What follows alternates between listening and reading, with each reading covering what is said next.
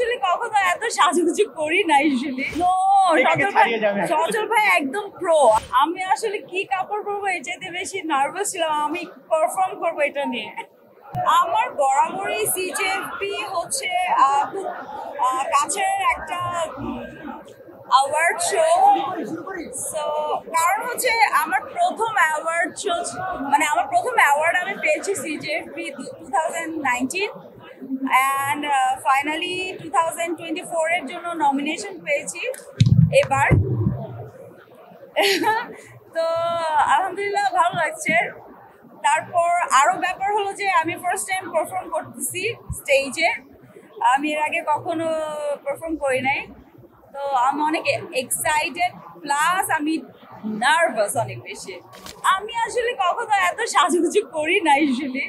আজকে আমাকে জোর করে মোটামুটি ধরে সাজগোজ করানো হয়েছে। সো ইয়া, বড় ধামাকা কিনা জানি না, বাট আমাদের এখন বোধহয় আপনারা সবাই জানেন যে আগের মতো গত বছর যেভাবে কাজ হচ্ছিল এই বছর সেভাবে কাজের মানে কন্টিনিউশনটা নাই। তো হোপফুলি আর 4-6 মাস পর কাজের গতিটা আবারও বাড়বে, এটাই আশা করি। সো ইয়া, আমাকে না রিহার্সাল করতে হবে, আমার যেতে হবে। অনেক ভালো লাগছে।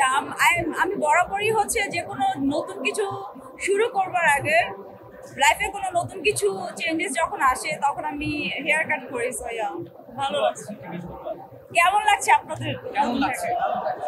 দারুণ লাগছে। ওকে, আমি আসলে কি কাপড় পরবো এর চাইতে বেশি নার্ভাস ছিলাম আমি পারফর্ম করবো এটা নিয়ে। বিকজ আমার স্টেজে উঠতে হবে, আমি স্টেজে উঠলে আমার হাত পা কাঁপাকাঁপি শুরু হয়ে যায়।